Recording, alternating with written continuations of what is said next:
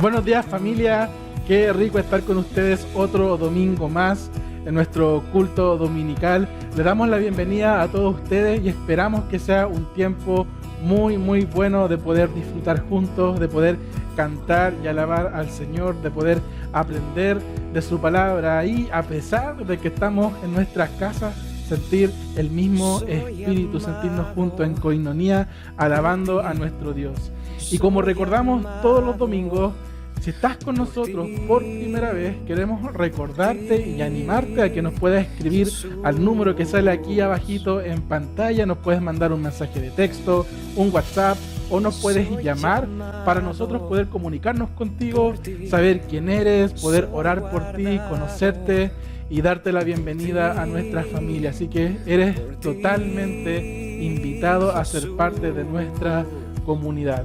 Así que, hermanos, esperamos que este tiempo sea de mucha bendición para todos ustedes y simplemente dispongamos nuestro corazón para alabar al Señor. Dios los bendiga y bienvenidos a nuestro culto. Por ti, Jesús,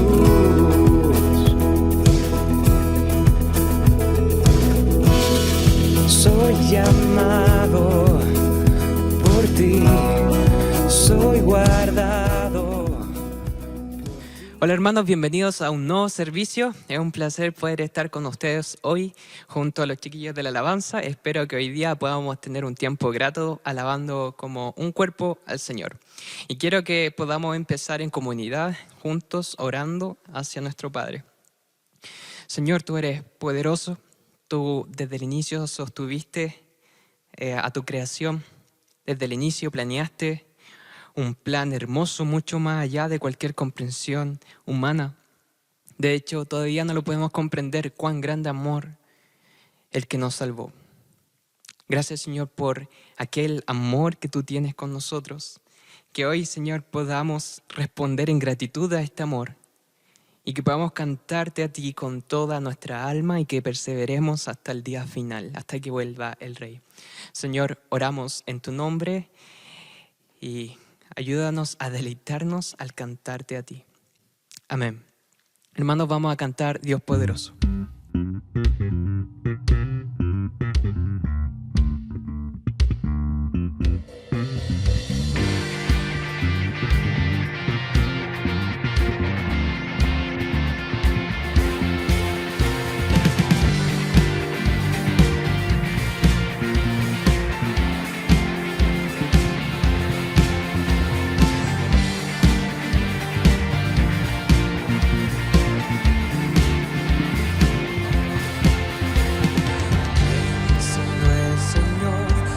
Estrellas creó y su luz limitó. ¿Quién sino el Señor?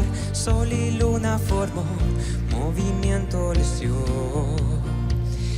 ¿Quién sino el Señor? Hace la lluvia venir, truenos rugir, tus obras grandes son.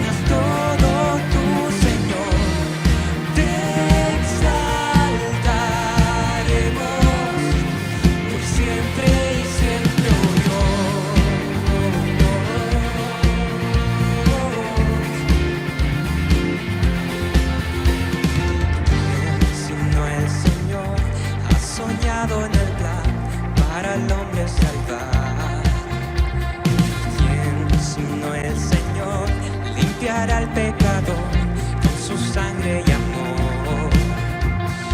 ¿Quién sino el Señor puede dar vida y salvar por una cruz? Tus planes grandes son.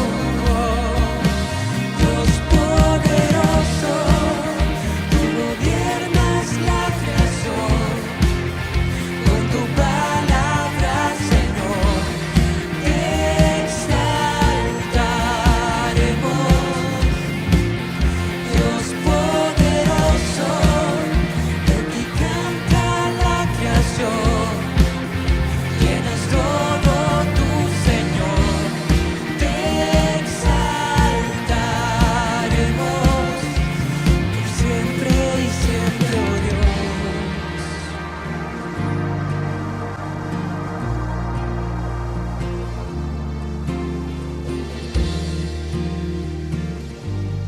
exaltamos. Todo viene de ti. Todas las cosas vienen de ti y por ti, oh gran yo soy. Cantemos juntos, todo es tuyo. Todo es tuyo y para ti, oh Señor, gran yo soy. Dios poderoso, tú gobiernas la creación. Con tu palabra, Señor, te exaltaremos. Dios poderoso, de ti canta la creación. Llenas todo tu Señor, te exaltaremos. Por siempre y siempre, oh Dios, te exaltaremos. Por siempre y siempre, oh Dios.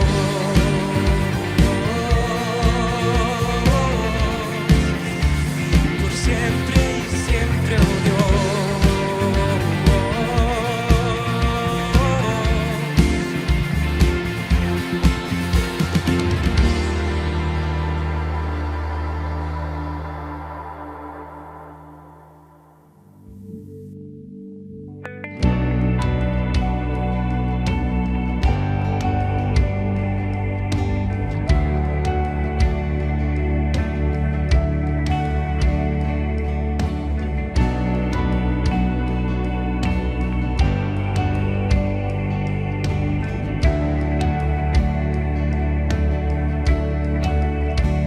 Ni riqueza ni honor, nada tiene un valor que pudiera apartarme de ti. Es tan solo tu amor el que llena mi corazón.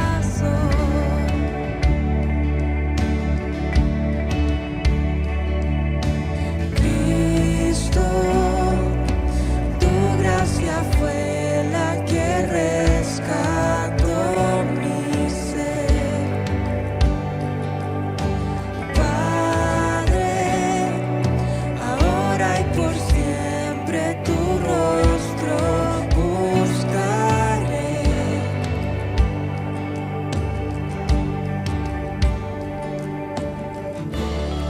Lo que yo soy, lo rindo a tus pies. Ante tu gracia y majestad me humillaré. Encuentro más de lo que busqué en tu eterno amor, en tu eterno amor.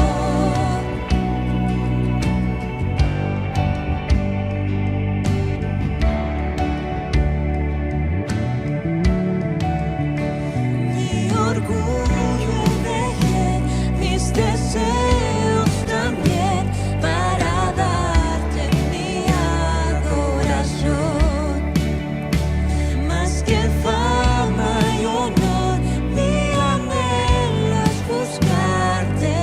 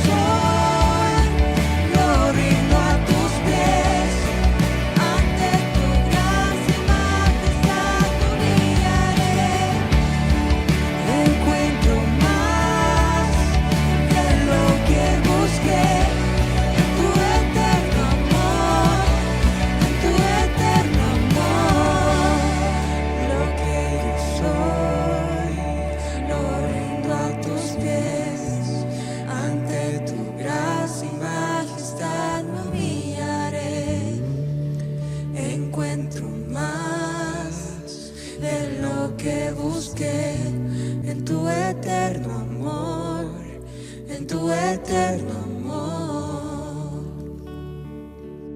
Amén, Señor. Tu amor es eterno y algún día, Señor, esperemos más y más comprender de cuán ancho o profundo es tu amor con nosotros. Hermanos, quiero leerle un texto antes de la siguiente canción. El texto se encuentra en Ezequiel 37, del versículo 3, y dice: Hijo de hombre, ¿podrán estos huesos volver a convertirse en personas vivas? Oh Señor soberano, respondí, solo tú sabes la respuesta. Entonces me dijo: anuncia un mensaje profético a estos huesos y dile: huesos secos, escuchen la palabra del Señor. Esto dice el Señor soberano: atención, pondré aliento dentro de ustedes y haré que vuelvan a vivir. Les pondré carne y músculos y los recubriré con piel. Pondré aliento en ustedes y revivirán. Entonces sabrán que yo soy el Señor. Así que yo anuncié el mensaje tal como Él me dijo, y de repente, mientras yo hablaba, se oyó un ruido, un traqueteo por todo el valle. Se juntaron los huesos de cada cuerpo y volvieron a unirse hasta formar esqueletos enteros. Mientras yo observaba, vi que se formaron músculos y apareció carne sobre los huesos. Después se formó piel para recubrir los cuerpos, pero aún no tenían aliento de vida. Y el Señor le dijo que traiga el Espíritu sobre aquellos cuerpos.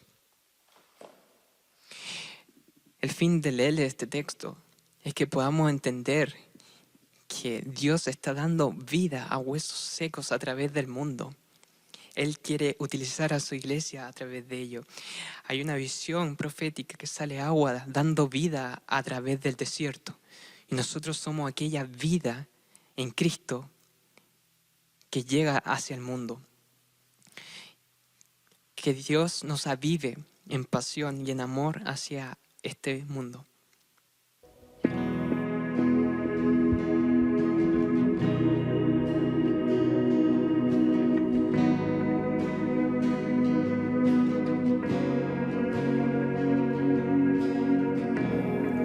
Hemos visto tu mover, Dios asombroso, no hay fin a tu poder.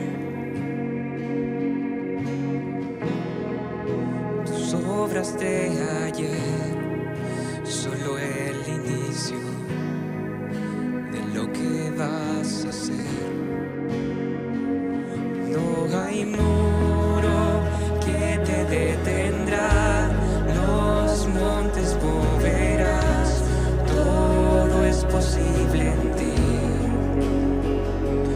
No hay alma quebrantada que tú no puedas levantar, todo es posible en ti.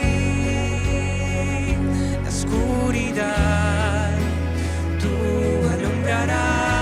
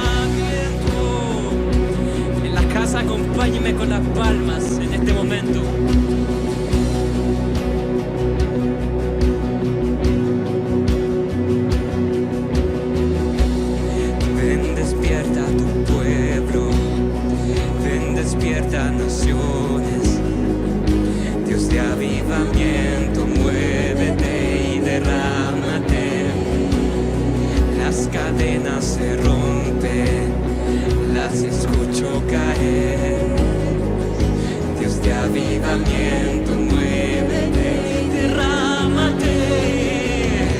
Ven, despierta tu pueblo, ven, despierta naciones. Dios de avivamiento, muévete y derrámate. Las cadenas se rompen, las escucho caer. Dios de avivamiento, muévete y derrámate. Oscuridad, tú alumbrarás, Dios de avivamiento. La esperanza se levantará. Tú has sido ya Dios de avivamiento.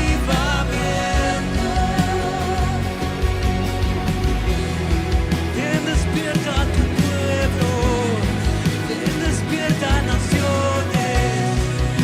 Dios de avivamiento, muévete y derrámate. Las cadenas se rompen, las escucho caer. Dios de avivamiento, muévete y derrámate. Ven, despierta tu pueblo, ven, despierta naciones. Dios de avivamiento, muévete y derrámate. Las cadenas se rompen, las escucho caer. Dios de avivamiento, muévete y derrámate.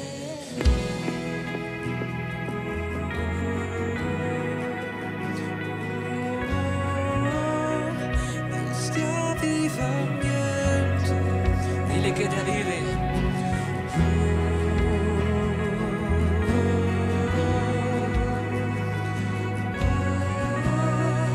Dios de avivamiento. No hay muro que te detendrá, los montes moverás, todo es posible en ti. No hay alma quebrantada que tú no puedas levantar, todo es posible en ti, todo es posible en ti. Amén. Que avive nuestros corazones hacia el mundo. Hermanos, les quiero dar la invitación porque ahora viene la Santa Cena. Buenos días, que el Señor les bendiga. Estoy muy contento de poder compartir la Santa Cena con ustedes en esta mañana. El apóstol Pablo escribió en la carta a los Filipenses, capítulo 2, versículo 5, la actitud de ustedes debe ser como la de Cristo Jesús. Y justo antes él había hablado acerca de esa actitud. Y realmente el tiempo de la Santa Cena es un tiempo cuando nosotros estamos recordando lo que Cristo hizo por nosotros, dándole gracias por lo que Él hizo en la cruz para nosotros, pero también compartiendo la comunión el uno con el otro. Así que tenemos comunión vertical con Dios, pero también comunión el uno con el otro. El apóstol Pablo dijo acerca de esa actitud de Jesús estas cosas: no hagan nada por egoísmo o vanidad, más bien con humildad consideren a los demás como superiores a ustedes mismos. Cada uno debe velar no solo por sus propios intereses, sino también por los intereses de los demás. ¿Y cómo podemos velar por los intereses de los demás? Un tiempo precioso de hacerlo está aquí en la Santa Cena. Cuando nosotros, en lugar de actuar con egoísmo, nosotros compartimos ese amor que Cristo nos ha dado el uno con el otro. Quiero que tomen el pan hoy día y antes de compartirlo, bendiga el que está a su lado. Tal vez un hijo, tal vez un cónyuge, tal vez un papá o mamá.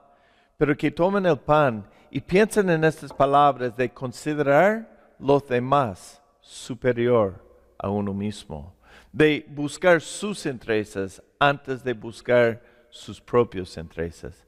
Por eso Cristo murió por nosotros porque estaba buscando nuestros intereses primero. Y Él ahora nos llama de buscar los intereses de los demás también. El apóstol Pablo escribió en 1 Corintios, habiendo dado gracias, lo partió y dijo, tomad, comed, esto es mi cuerpo, que por vosotros es partido. Haced esto en memoria de mí. Al tomar el pan, bendiga tu hermano, la persona que está a tu lado, con una palabra de ánimo, con una oración.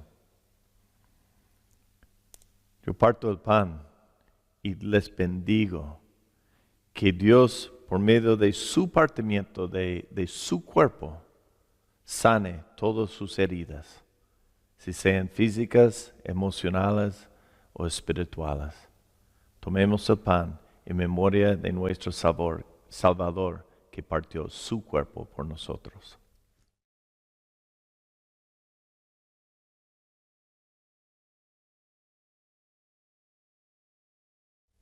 Asimismo tomó también la copa después de haber cenado, diciendo, esta copa es el nuevo pacto en mi sangre.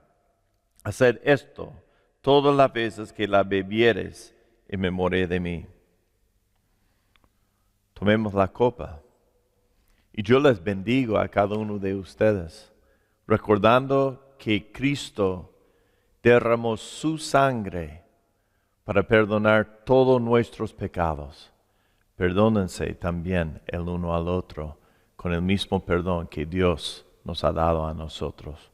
Tomemos la copa en memoria de Cristo Jesús, nuestro Salvador.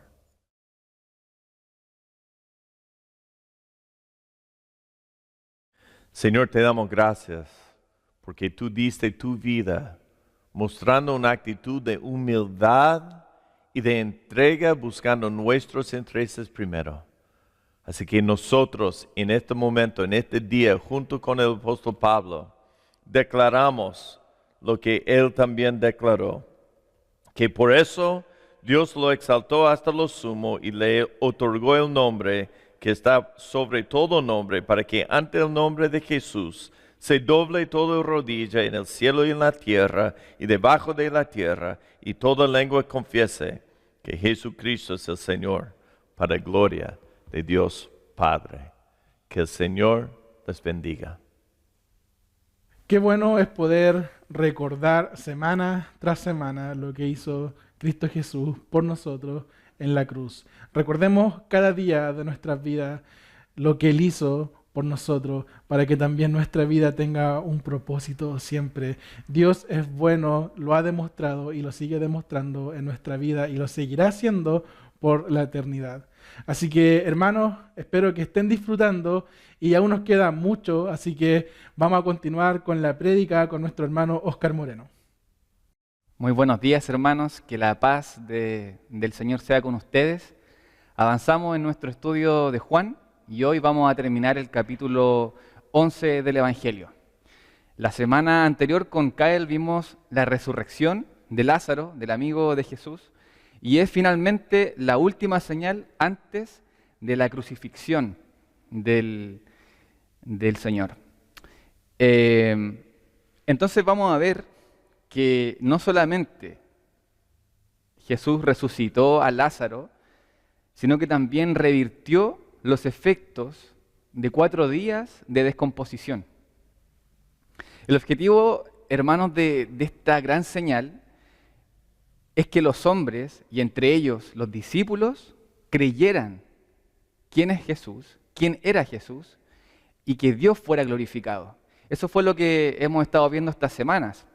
Entonces, no debemos perder de vista lo que este milagro estaba, lo que estaba señalando, hacia dónde estaba apuntando. Probablemente hemos escuchado tanto acerca de este milagro, de Jesús resucitó a Lázaro, que tal vez podemos perder el peso de lo que significa o de lo que significó en ese momento hacer este milagro. ¿Cuál hubiese sido nuestra respuesta si hubiésemos estado siendo expectantes de este milagro? Jesús dijo en el capítulo 11, versículo 4, leímos que cuando él se enteró de la enfermedad de Lázaro, él dijo que esta enfermedad no es para muerte, sino para la gloria de Dios, para que el Hijo de Dios sea glorificado por medio de ella. Todo está apuntando a cómo Dios va a ser glorificado cuando los hombres pongan su fe en Dios y en el Hijo de Dios. Más adelante, cuando se enteró de que Lázaro había muerto, en el 11, versículo 14, dice que Lázaro ha muerto. Y dice, por causa de ustedes, está diciendo a sus discípulos, me alegro de no haber estado allí, para que crean. Por lo tanto, esto también era una señal para sus propios discípulos. Recordemos que ellos no fue sino hasta que Jesús resucitó que pudieron comprender a cabalidad quién era realmente Jesús. Y también Juan destaca la declaración de María, cuando Jesús le dice, yo soy la resurrección y la vida. ¿Crees esto? Y María dice con sus propias palabras, sí Señor, yo he creído que tú eres el Cristo, el Hijo de Dios, o sea, el que viene al mundo. Juan quiere dejar plasmadas las declaraciones de estas personas que creen que Jesús es Dios. Y como dice Juan, para que al creer en Él tengamos vida en su nombre. Entonces vemos, hermanos, la autoridad de Jesús en este milagro sin precedentes. Vemos la autoridad de Jesús tanto en la muerte física, pero esto es solo un anticipo de su propia victoria sobre la muerte física y espiritual. Es un anticipo de lo que Jesús mismo experimentaría más adelante en su propia resurrección. Este milagro de esta magnitud tendría repercusiones en la misma medida. Así como era un gran milagro, iba a haber una gran respuesta. Y veremos entonces cómo llega el clímax de la hostilidad hacia Jesús, que ya ha venido enfrentando con los líderes religiosos, y el odio hacia el Mesías verdadero. Entonces hoy día vamos a estudiar desde el versículo 45 hasta el final del capítulo 11, en el versículo 57, el plan de Caifás y el plan de Dios. Dice el versículo 45, entonces muchos de los judíos que habían venido para acompañar a María y vieron lo que Jesús hizo, creyeron en él. Hubo un fruto inmediato entonces de este milagro. Lázaro era un milagro vivo y probablemente Jesús había hecho había levantado de la muerte a otras dos personas, al hijo de la viuda en Naín y a la hija de Jairo. Pero en ninguno de estos dos casos que se había evidenciado una resurrección después de 4 días, cuando ya se había generado este proceso de descomposición. No había duda que Lázaro estaba muerto. No quedaba duda para los saduceos que negaban la resurrección de muertos que Lázaro efectivamente había experimentado un prodigio hecho por el Hijo de Dios. Entonces, creer en Jesús garantiza vida. Eso es lo que nos está diciendo Juan. Garantiza salvación. Y esto lo vemos vez tras vez. ¿Cómo hubiésemos respondido nosotros si hubiésemos sido testigos de este milagro?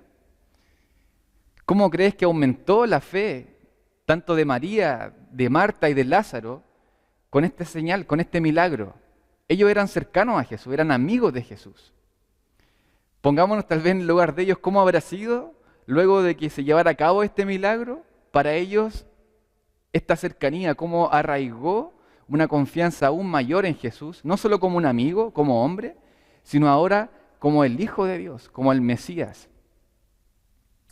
Entonces vemos la respuesta clara posterior a este milagro. Muchos creyeron en él, muchos de los judíos creyeron en él.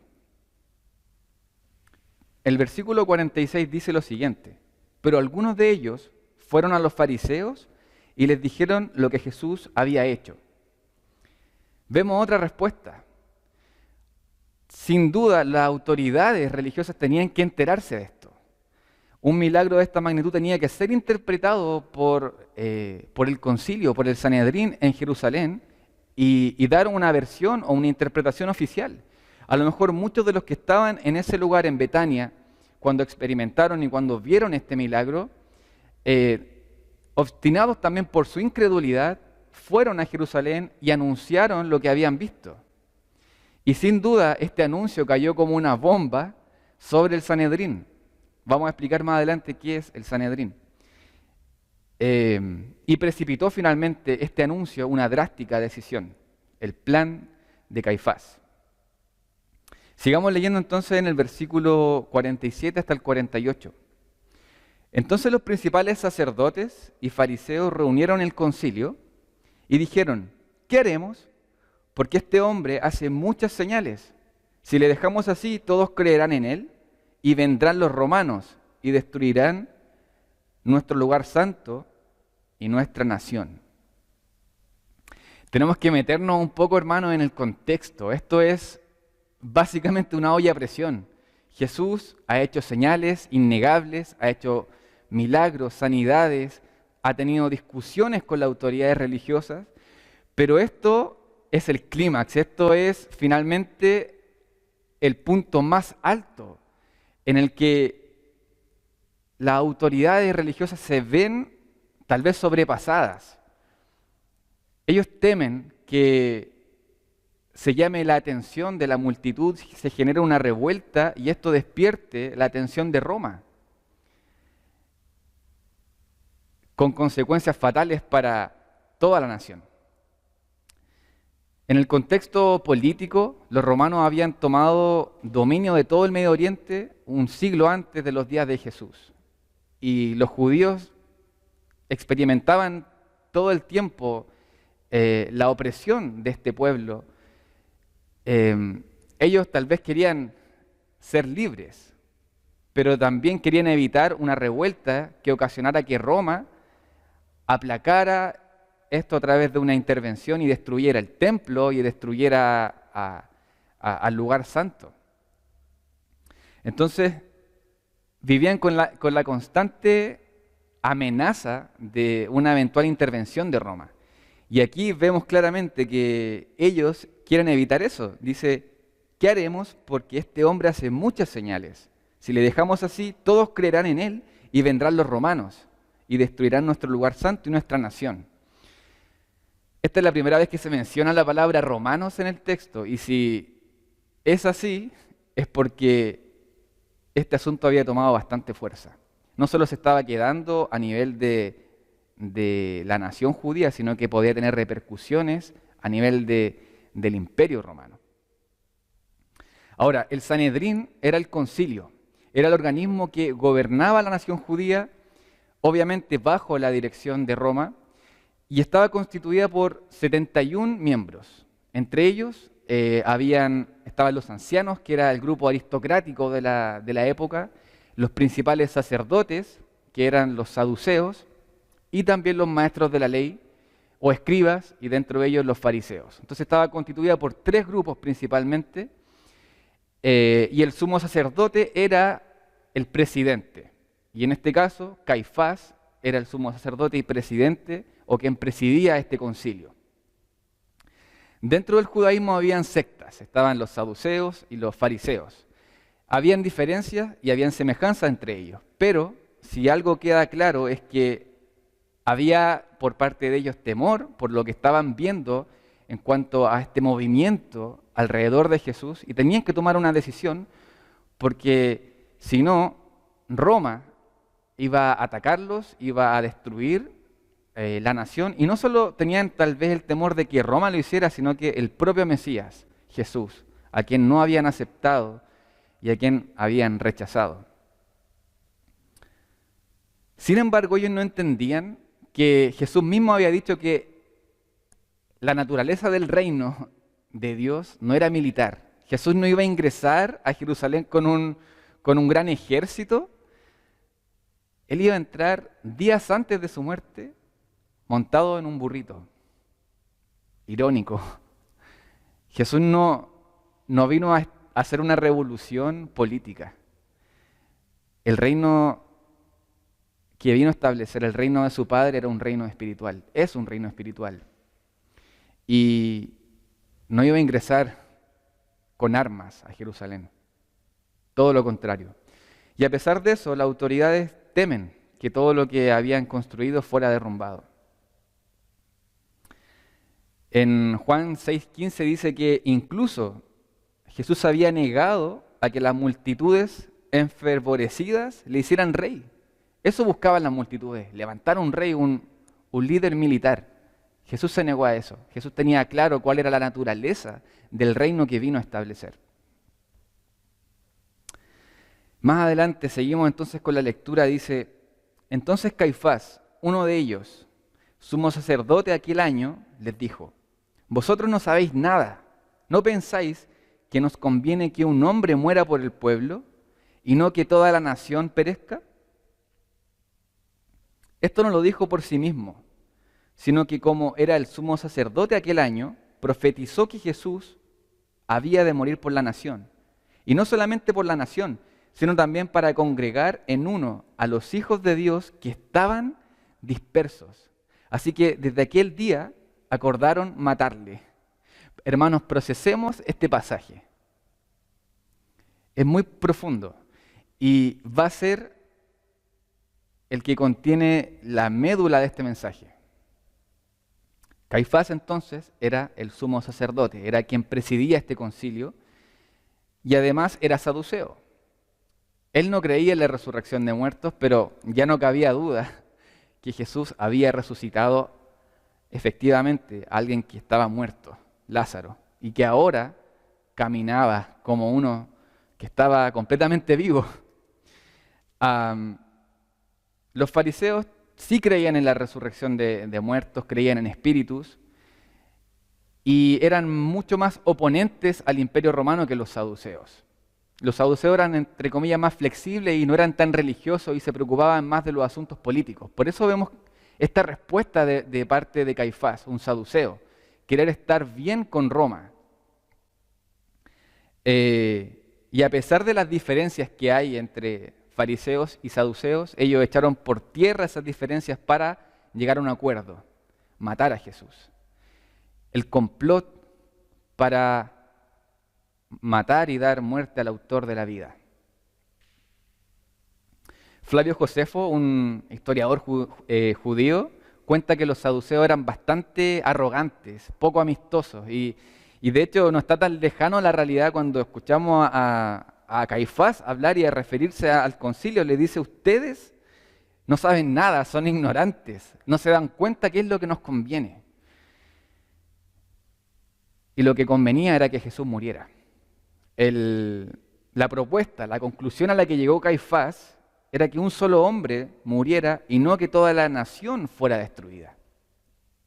Como dice un comentarista, Morris, dice: a ellos realmente no les importaba lo que le sucediera a la nación. Lo que les preocupaba es que la clase privilegiada fuera amenazada. Y la acción que el sumo sacerdote propone la protegería. Entonces, vemos un falso sentido por parte de las autoridades de querer proteger realmente a la nación. Ellos querían asegurar su autoridad, que se estaba viendo amenazada realmente por Jesús. Es interesante, y si recordamos cuál era la función del sumo sacerdote, hermanos, él tenía que entrar una vez al año al lugar santísimo, el día del perdón, Yom Kippur. En este día, él ingresaba al lugar santísimo para ofrecer sacrificios tanto por él como por el pueblo. Caifás, al decir esto, no se estaba dando cuenta, o tal vez estaba anunciando, que la víctima que ofrecería ese año sería Jesús mismo, el Señor Jesucristo, el Cordero de Dios que quita el pecado del mundo, como lo vimos en Juan 1:29. Es fuerte si lo pensamos. Caifás, el sumo sacerdote, estaba proponiendo la muerte de Jesús. Llegamos entonces al punto más importante de este pasaje. Caifás tenía un plan, el sacrificio entonces de un solo hombre como un sustituto de la nación. Sin embargo, Juan hace una interpretación también de esto. Dice que nos aclara que Caifás, sin pensarlo, estaba profetizando justamente el plan de Dios. Dar muerte a Jesús reuniría, congregaría y salvaría a todos los hijos de Dios que estaban dispersos en cada rincón de la tierra. No solo la nación judía sería rescatada, sino todos los hijos de Dios que estaban dispersos de cada lengua, tribu y nación. Esto es sin duda tremendo. Caifás no se estaba dando cuenta tal vez de la profecía que estaba declarando. Caifás, de hecho, se hubiese sentido un poco escandalizado al darse cuenta de cuán certero estuvo. Hermanos, este es el punto principal. El plan de Dios sigue en pie. Nada puede frustrarlo. Caifás tenía en su mente dar muerte al autor de la vida, pero ese era justamente el camino que Dios había trazado, que el Padre había trazado para su Hijo. Entregar a su unigénito para reunir a sus hijos y reconciliarlos consigo mismo, para reunir a todas estas ovejas que vagaban sin pastor. Y el buen pastor ahora había llegado. Entonces, ¿de qué forma esto nos confronta y nos desafía a ver cómo un Dios soberano tiene control de todo? Ellos tramaron hacer algo malo y son responsables también de esa acción. Pero justamente Dios permitió eso para transformar lo que ellos habían levantado como un complot. Dios lo transformó en la mayor bendición para la humanidad. Ese es nuestro Dios. Nada se escapa de su control. Ellos son responsables, pero Dios es soberano. Recordamos entonces Jeremías 29:11, cómo los caminos y los planes de Dios son más altos que los nuestros. Isaías 46, del 9 al 11, dice lo siguiente: acordaos de las cosas pasadas desde los tiempos antiguos, porque yo soy Dios y no hay otro Dios, y nada hay semejante a mí, que anuncio lo por venir desde el principio, y desde la antigüedad lo que aún no era hecho, que digo, mi consejo permanecerá, y haré todo lo que quiero, que llamo desde el oriente al ave, y de tierra lejana al varón de mi consejo. Yo hablé y lo haré venir, lo he pensado y también lo haré.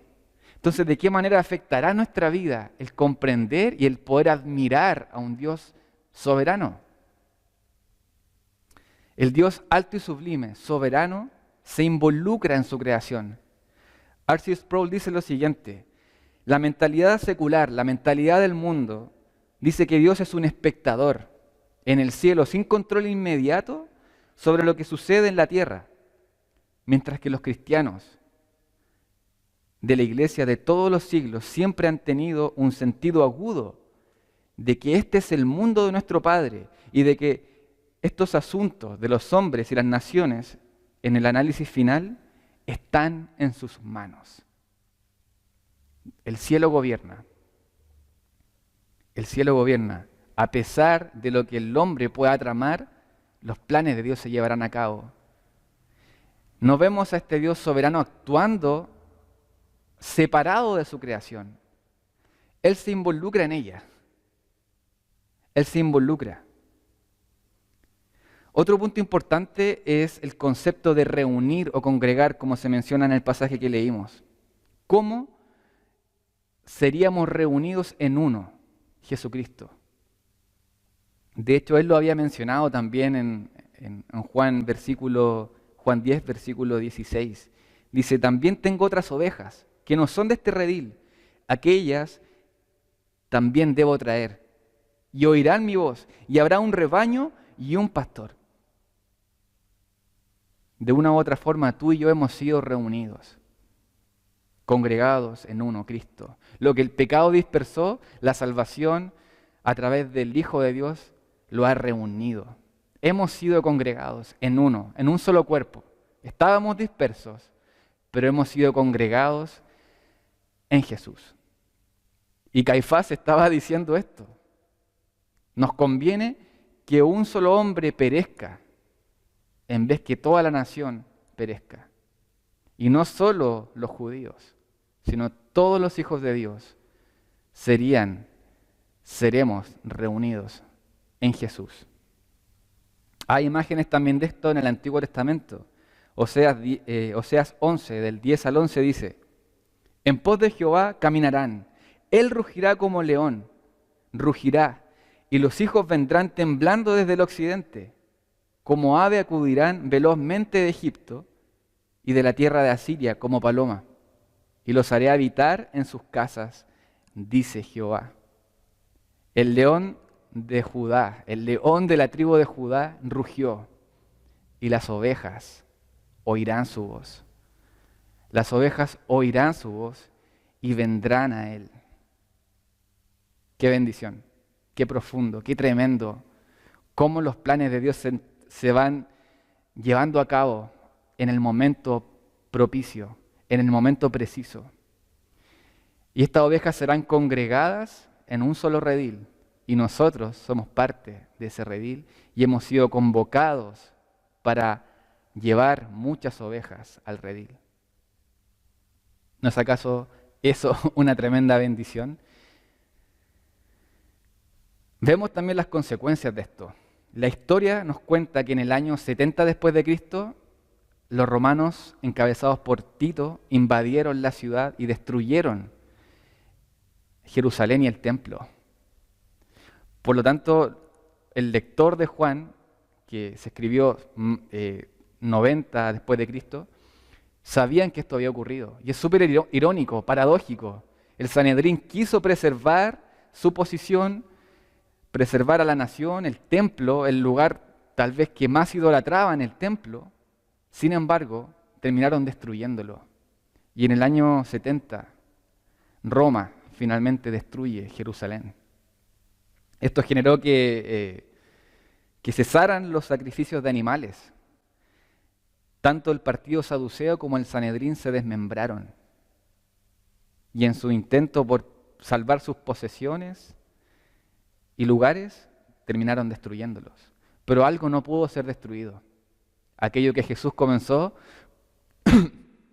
con 12 hombres ahí en Jerusalén, en el siglo I, y hoy sigue en pie. Y nosotros somos parte de eso. El reino espiritual no pudo ser destruido. Es más, sigue extendiéndose. Vamos a ver del versículo 54 hasta el 57. Por tanto, Jesús ya no andaba abiertamente entre los judíos, sino que se alejó de allí a la región contigua del desierto, a una ciudad llamada Efraín, y se quedó allí con sus discípulos. Y estaba cerca la Pascua de los judíos. Y muchos subieron a aquella región, a Jerusalén, antes de la Pascua para purificarse, y buscaban a Jesús. Y estando ellos en el templo, se preguntaban unos a otros: ¿qué os parece? ¿No vendrá la fiesta? Y los principales sacerdotes y los fariseos habían dado orden de que si alguno supiese dónde estaba, lo manifestase para que le prendiesen o le arrestaran. La hora para que Jesús muriera no había llegado todavía. El tiempo propicio no había llegado. Jesús sabía cuál era esa hora. Él decide apartarse por un tiempo, estaba en Betania, decide apartarse por un tiempo a una región montañosa de Efraín para estar con sus discípulos, para prepararlos para los acontecimientos que vendrían muy pronto. La Pascua judía, la tercera Pascua de Jesús y la última antes de su muerte, estaba pronta a llegar. Muchas personas llegarían a Jerusalén para celebrar esta gran fiesta judía. Y Jesús iría. Muchos se preguntaban: ¿vendrá Jesús? ¿Dónde está? Había mucha expectativa, la población estaba dividida. La fama de Jesús se había extendido tanto que la mayoría del pueblo sabía quién era. Entonces, claramente ellos esperaban que subiera. a Jerusalén a celebrar esta fiesta y ciertamente iría, pero en el tiempo apropiado. Recordemos en el capítulo 7 cuando los hermanos de Jesús, sus propios hermanos, le decían: ve a Jerusalén a la fiesta de los tabernáculos, porque si dices quién eres, tienes que ir y manifestarte abiertamente y públicamente. Y Jesús sabía cuál era ese tiempo y fue también. Y ahora iría.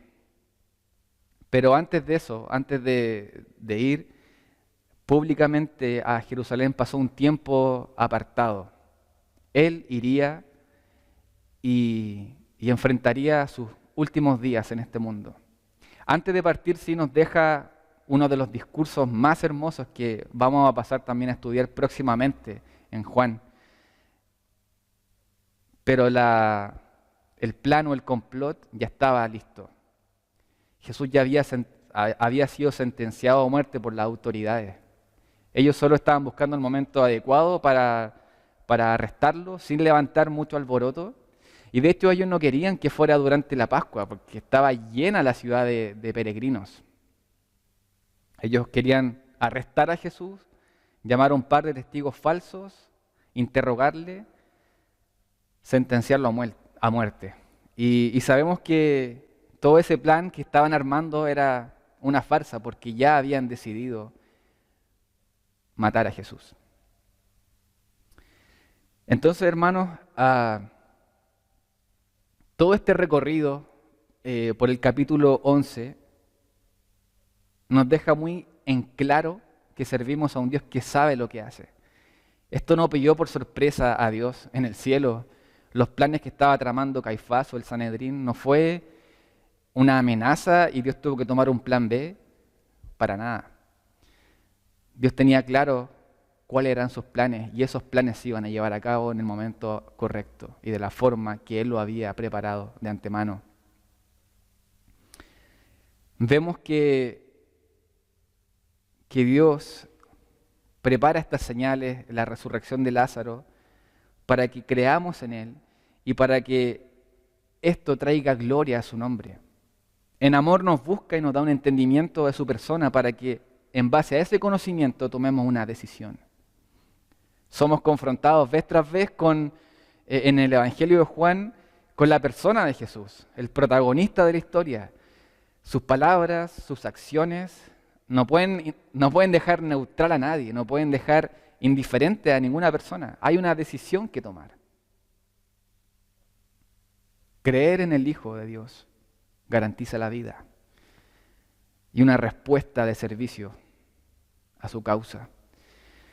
Entonces, al llegar al final de este capítulo, hermanos, los quiero dejar con estas preguntas. Primero, ¿confiarás en Dios cuando parezca que su respuesta es tardía o sus acciones parezcan no tener sentido? Esto recordando lo que pasó con Lázaro. Segundo, ¿crees que Jesús tiene la autoridad sobre la vida y la muerte porque Él es la resurrección y la vida? Vimos cómo Jesús tiene autoridad sobre la vida y sobre la muerte. Él es Señor y triunfó sobre la muerte. Y finalmente, ¿cómo afectará tu visión del mundo el comprobar que aunque los planes humanos vayan en una dirección, Dios finalmente triunfará y sus planes se cumplirán? ¿Cómo afectará esto nuestro día a día? ¿Cómo podemos descansar en la providencia y en la soberanía del Dios al que servimos? Señor, damos gracias por tu palabra. Hoy hemos concluido el capítulo 11 del Evangelio de Juan y nos sentimos tan desafiados, Señor, a poder creer, seguir creyendo con una fe arraigada en la persona de Jesús y en tu carácter, en tus atributos, Señor. No queremos ser indiferentes, Padre. Hemos escuchado tal vez tantas veces acerca de que tú levantaste muertos, pero no queremos simplemente verlos como un relato, sino como un desafío a nuestra propia vida. tomar el peso de lo que significó esta señal antes de tu crucifixión. Gracias, Jesús, por involucrarte. Gracias, Señor, porque no solo eres un espectador de la historia, sino que te involucras en ella. Gracias porque hemos sido reunidos desde los confines de la tierra, nuestro país, literalmente, en el rincón de este mundo. Hemos sido llamados, hemos sido congregados en Cristo. Señor, no hay forma en la que podamos pagar todo lo que tú has hecho por nosotros, pero te pedimos, ayúdanos a ser agradecidos, ayúdanos a creer, ayúdanos a confiar y despierta en nosotros una mayor pasión por tu reino y por tu causa. Oramos en el nombre de Jesús. Amén. Hermanos, espero que hayan podido disfrutar de la prédica y de este momento juntos en comunidad. Y para terminar este servicio vamos a orar y cantar la última alabanza. Así que los invito a orar. Señor, te damos tantas gracias por la oportunidad que nos das de que pese a que no podemos estar físicamente juntos, podemos alabar como hermanos por medio de estas redes sociales. Te pedimos que esta semana podamos aprender cada día más de tu palabra, buscarte cada día más, Señor, y disfrutar de todos los pequeños detalles que tú nos regalas. Te damos gracias porque hemos visto tu amor y tu misericordia en nuestras vidas, Señor. Te pedimos que bendigas a todas las personas que nos están viendo y quienes más necesitan puedan sentir tu presencia en este minuto, Señor. Te damos gracias, Padre, y te honramos y te pedimos esto en tu santo nombre. Amén.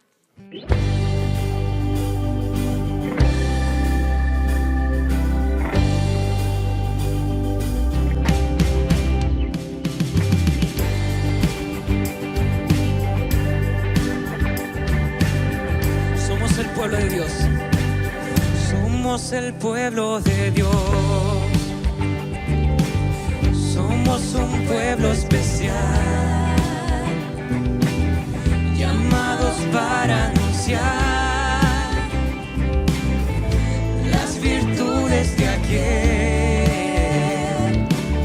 quien nos llamó a su luz.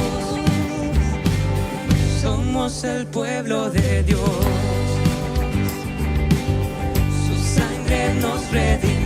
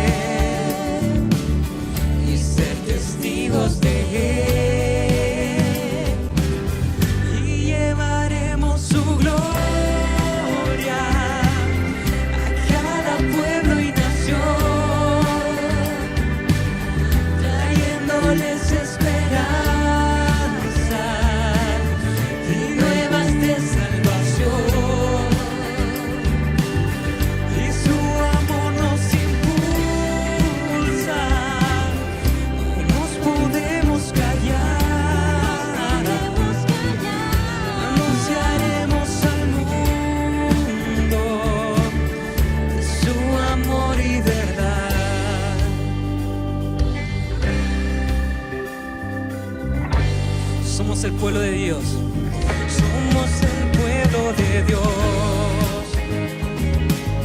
somos un pueblo especial, llamados para anunciar las virtudes de aquel quien nos llamó a su luz. Somos el pueblo de Dios, nos redimió.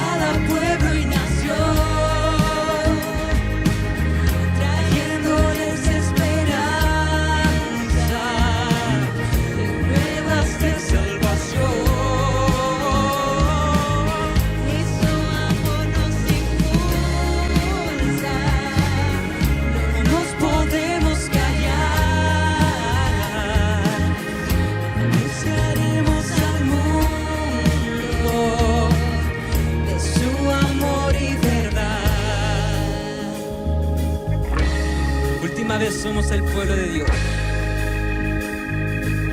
Somos el pueblo de Dios. Somos un pueblo especial, llamados para anunciar las virtudes de aquel que nos llamó a su luz. Somos el pueblo de Dios. Su sangre nos redimió y su espíritu dio para darnos poder y ser testigos de él. Y llevaremos su gloria a cada pueblo y nación, trayéndoles esperanza y nuevas de salvación. Y su amor nos impulsa, no nos podemos callar. Anunciaremos al mundo de su amor y verdad. Anunciaremos.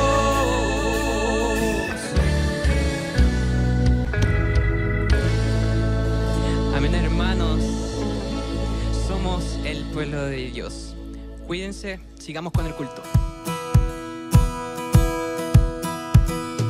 Hermanos, hemos finalizado nuestro culto. Gracias por estar con nosotros. Recuerda que nos juntamos domingo tras domingo por YouTube a las 11 de la mañana. Invita a tus amigos, a tu familia, a tus vecinos a ser parte de nuestra comunidad y por sobre todo a que puedan conocer al único Dios verdadero. Y recuerda, si es tu primera vez con nosotros, mándanos un WhatsApp, escríbenos un mensaje de texto al número que sale aquí en pantalla. Vamos a estar muy felices de poder comunicarnos contigo, saber de ti y orar por ti.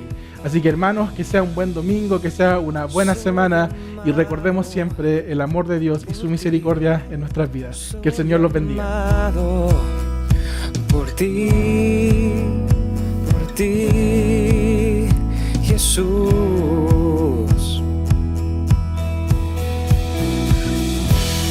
Soy llamado por ti, soy guardado por ti,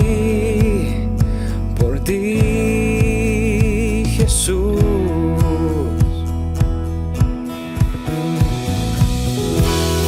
Soy amado por ti, soy amado por ti,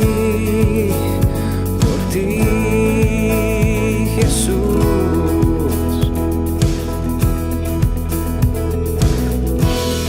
Soy llamado por ti, soy guardado por ti,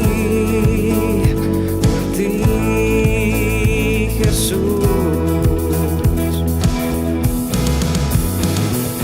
¿Quién me podrá separar? ¿Quién me podrá condenar?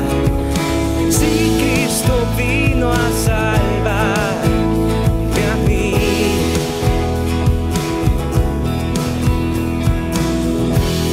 Soy amado por ti, soy amado por ti, Jesús.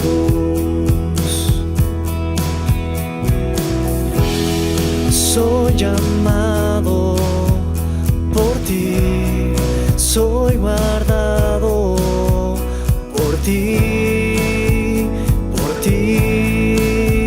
Jesús. ¿Quién me podrá separar? ¿Quién me podrá condenar? Si Cristo vino a salvarme a mí.